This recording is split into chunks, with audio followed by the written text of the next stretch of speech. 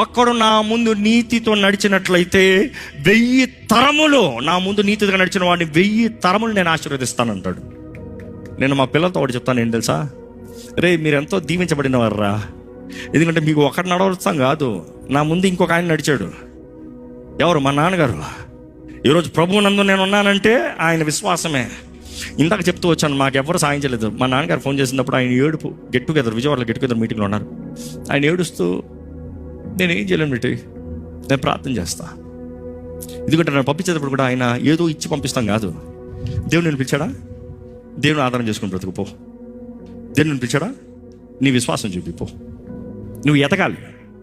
చాలామంది అంటారు అట్లా పంపించేస్తారా? నేను అంటాను, మా నాన్నగారు మమ్మల్ని పోరా బ్రతుకు పో, ఎగురు, దేవునితో నీ సంబంధం ఉండాలి, నేనేదో చేస్తానని కాదు. నేను ఎప్పుడు అంటాను, థ్యాంక్ యూ డాడీ, మీరు నాకు విశ్వాసాన్ని నేర్పించారు, విశ్వాసంలోకి తోసారు. ఈ డూ ఆర్ డై సిచ్యువేషన్ వచ్చేంత వరకు ఒకటి సర్వైవర్ మోడ్లో ఎవడన్నా తెలియదంట. ఆ రోజు కూడా ఆయన చెప్పింది ఒకటి, నేను ప్రార్థన చేస్తానన్నారు. నాకు తెలుసు ఆయన ప్రార్థన ఎంత బలమో. మరలా మా బిడ్డలతో చెప్తాను, ఆయన జీవిత కాలంలో ఆయన చేసిన కార్యాలు బట్టి 1000 తరముల దీవెన.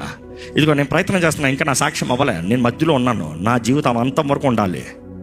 కానీ ఇంతవరకు చేసిన దానికి ఈ దీవెన అన్నీ మీకు ఉన్నాయి. మీరు అనుకుంటే ఇంకొక లెవెల్లోకి వెళ్ళచ్చు.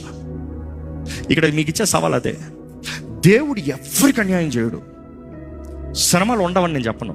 ఈరోజు చాలా మంది రాజప్రకాష్ పాల్ శ్రమల భోజన, శ్రమల్లో నుండి వెళ్తుంది ఈ సేవ. మాకు తెలుసు శ్రమలు అంటే ఏంటని.